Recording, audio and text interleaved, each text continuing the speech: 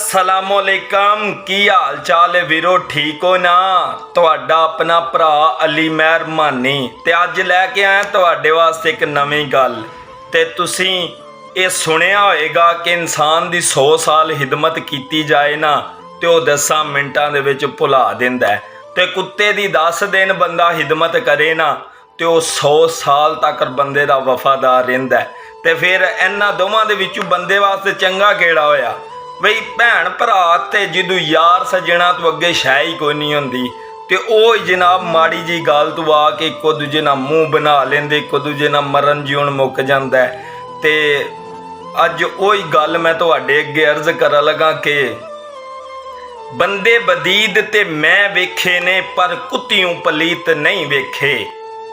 ਉਹ ਜਿਹੜੇ ਯਾਰਾਂ ਨੂੰ ਮਾਨੀ ਲੁੱਟਦੇ ਨੇ ਐਡੇ ਮੋਏ ਜ਼ਮੀਰ ਨਹੀਂ ਵੇਖੇ, ਤੇ ਜਿਹੜੇ ਲੁੱਟ ਕੇ ਖਾਣ ਦੇ ਆਰੀ ਹੁੰਦੇ ਉਹ ਤੇਰੇ ਜੇ ਜਾਗੀਰ ਨਹੀਂ ਵੇਖੇ। ਉਹ ਤੈਨੂੰ ਵੇਖਿਆ ਹੀ ਮੈਂ ਰੱਜ ਗਿਆ ਵਾਂ, ਹੁਣ ਕੁੱਤੇ ਵੇਖੇ ਵੀ ਤੇ ਕੀ ਵੇਖੇ।